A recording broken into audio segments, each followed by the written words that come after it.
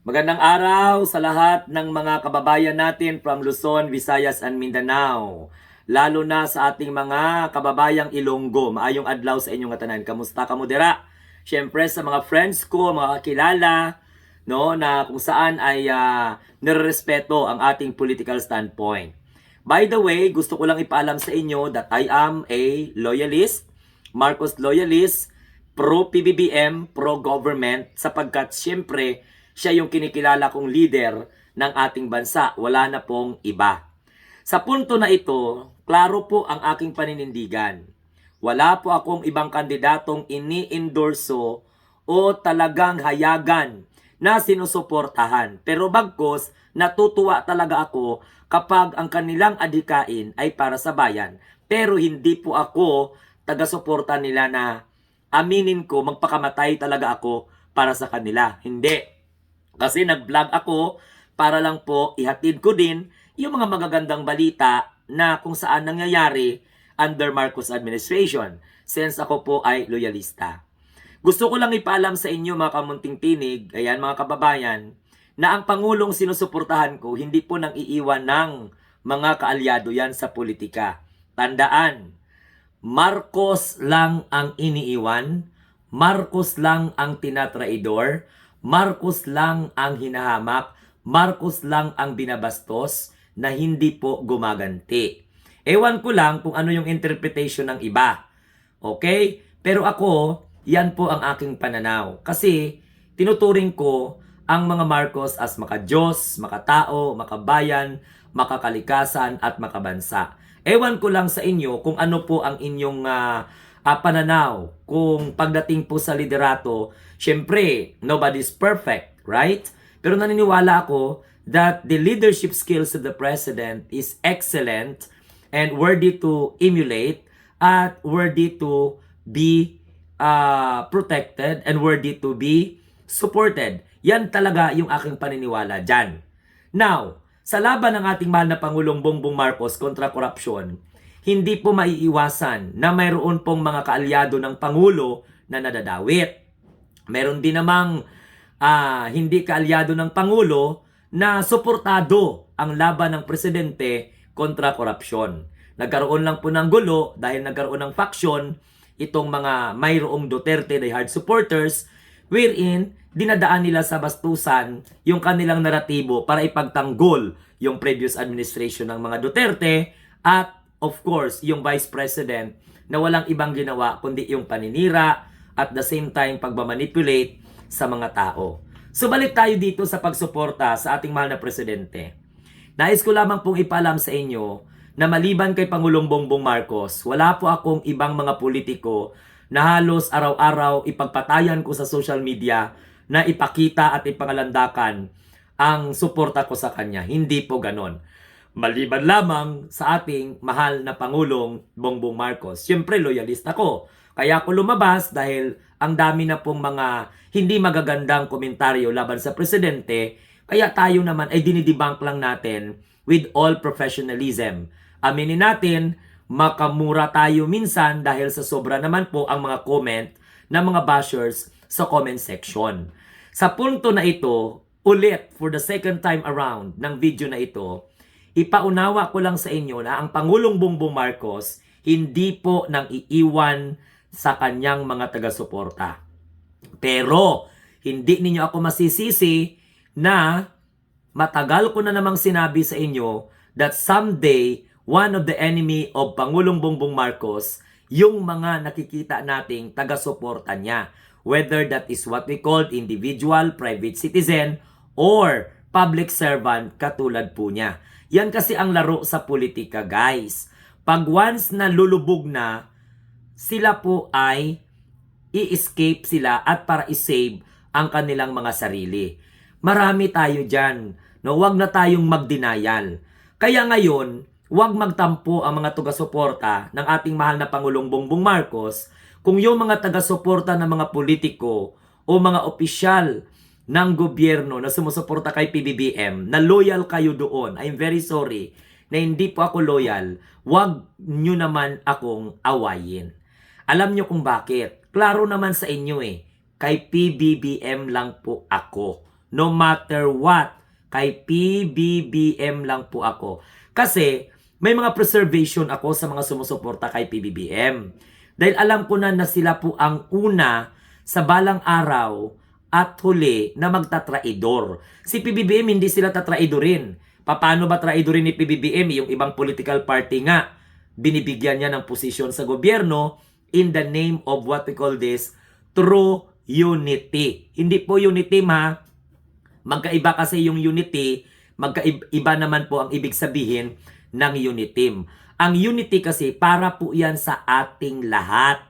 Okay? Whether you are pro-administration or anti-administration, unity. Hindi lamang po sa kapwa natin Pilipino, kundi sa buong mundo. Yan ang ibig sabihin ng unity. Pag sinabi kasi natin na unity, composed of coalition from one political party to another political party, from one ideology to other ideology, pag-isahin po, yan ang ibig sabihin ng unity.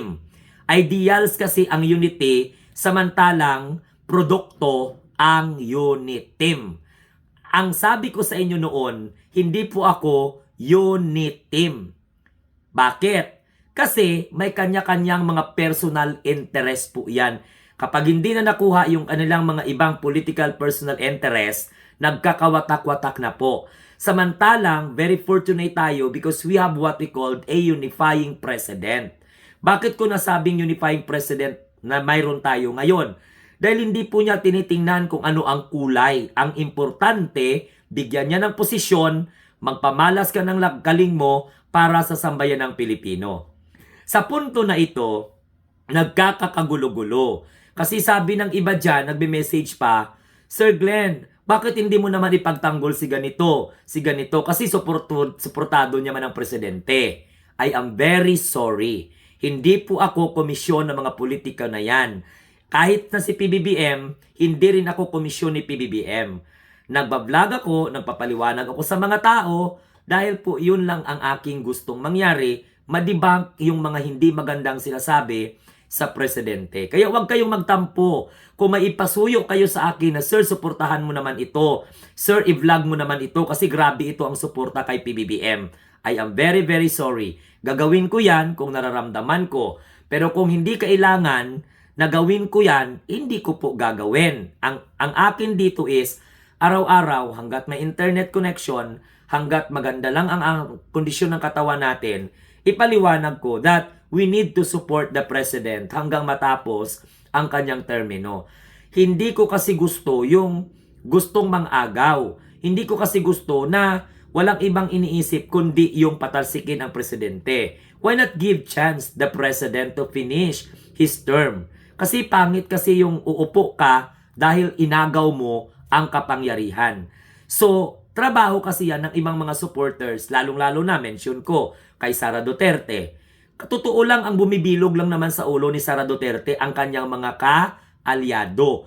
Yung mga grupo o mga parallel group o mga individual na pinapamukha nilang malakas si Sara Duterte, magaling si Sara, kaya nga po gumagawa sila ng action from A, B to C na plano para pabagsakin, paatalsikin ang presidente at iupo si Sara Duterte. So kahit gaano pa kaganda ang hangarin nyo, for me, hindi po talaga yan maayos. Kasi at the end of the day, patatalsikin din si Sara Duterte ng mga taong nagpaupo sa kanya.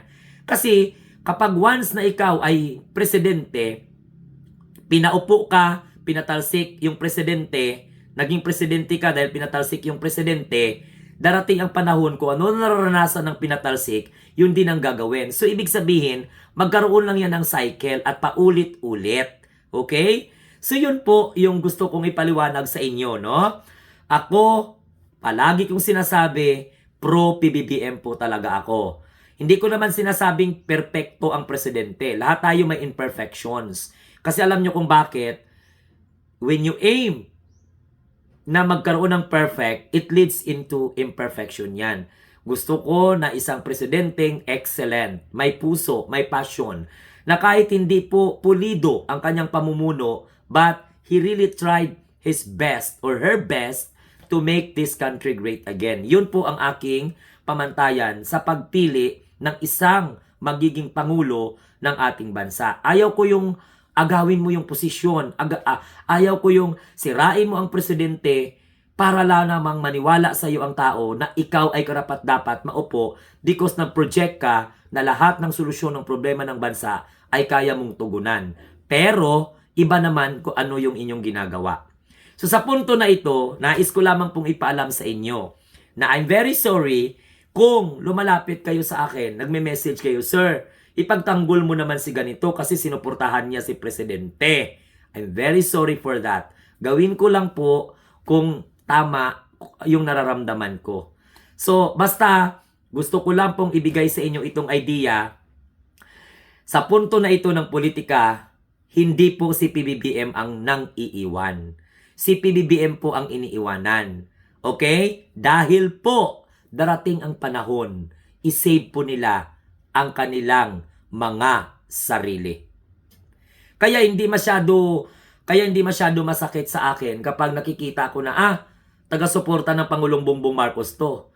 Tahimik to, hindi naman kayang ipagtanggol ang presidente, tahimik naman. Then at the end of the day, lalabas sila, frustrated sila. Marami pong sumuporta kay PBBM na naging frustrated because gusto nila ipagtanggol sila ng presidente. Dapat isipin nila na bawat desisyon nila, apektado ang presidente. So, mag-pray na lang tayo, magdasal na lang tayo na yung sumusuporta kay Pangulong Bongbong Marcos, pag may kanya-kanya kayong labanan ninyo. Huwag nyong idawit ang Pangulong Bongbong Marcos. Ngayon, doon sa mga sumusuporta kay Pangulong Bongbong Marcos, maiintindihan ko kung darating ang panahon, ilaglag ninyo ang presidente. Just for you to be saved. Palagi ko namang sinasabi yan sa aking mga live. Pero ako, hanggat maaari, iniiwasan ko na magkomentaryo sa mga kaalyado ng presidente na ramdam kong babaliktad pagdating ng panahon. So kung halimbawa, babaliktad na sila, nasa mga loyalista na yan, mag-isip kung tama ba ang kanilang sinusuportahan dahil sinuportahan nila ang presidente or hindi po tama dahil hindi po sila pinagtanggol ng presidente. Kasi ako po talaga naniniwala na ang punto dito is idadawit ang presidente. Hindi man ngayon, pero mangyayari po yan just for their safety. So, magrespetuhan na lang tayo, basta wala akong mga ibinabanggit, no? Kasi ako, masaya akong sumusuporta kay Pangulong Bongbong Marcos, na wala pong bayad, na wala pong buhay mo pa nga yung nakataya. Kasi nga, yun po ang aking naiisip bilang loyalista na nararapat. Pero ako naman ay natutuwa naman ako na sinusuportahan ng mga nakikita natin dyan ang Pangulong Bongbong Marcos. Ito lang po ang matalinhagang salita na iwan ko sa inyo.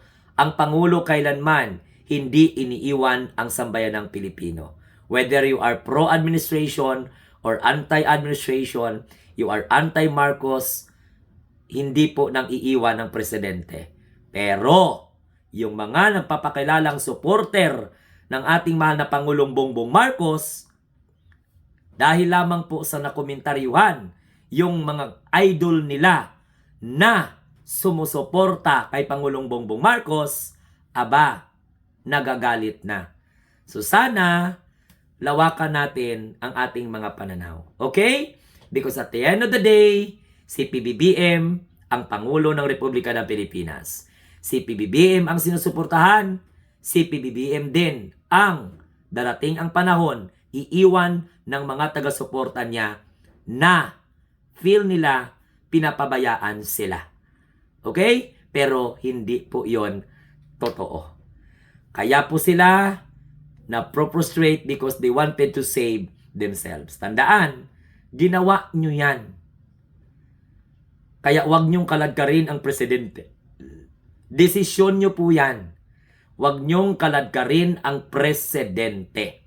At sa mga Duterte Riyadh supporters na ginagamit itong opportunity na ito para pag-awayin ang mga pro-government supporters, ang mga loyalista, hindi kayo magtatagumpay. Katulad ko, for example, hindi po ako yung mang-aaway.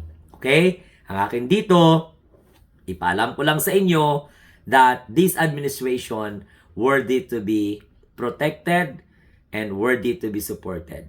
Kaya nga ako loyalista ng mga Marcos because I believe the principles na inintroduce nila sa tao. No? Yung maka-Diyos, makabayan, makatao, makabayan, makakalikasan, at makabansa. Bye-bye!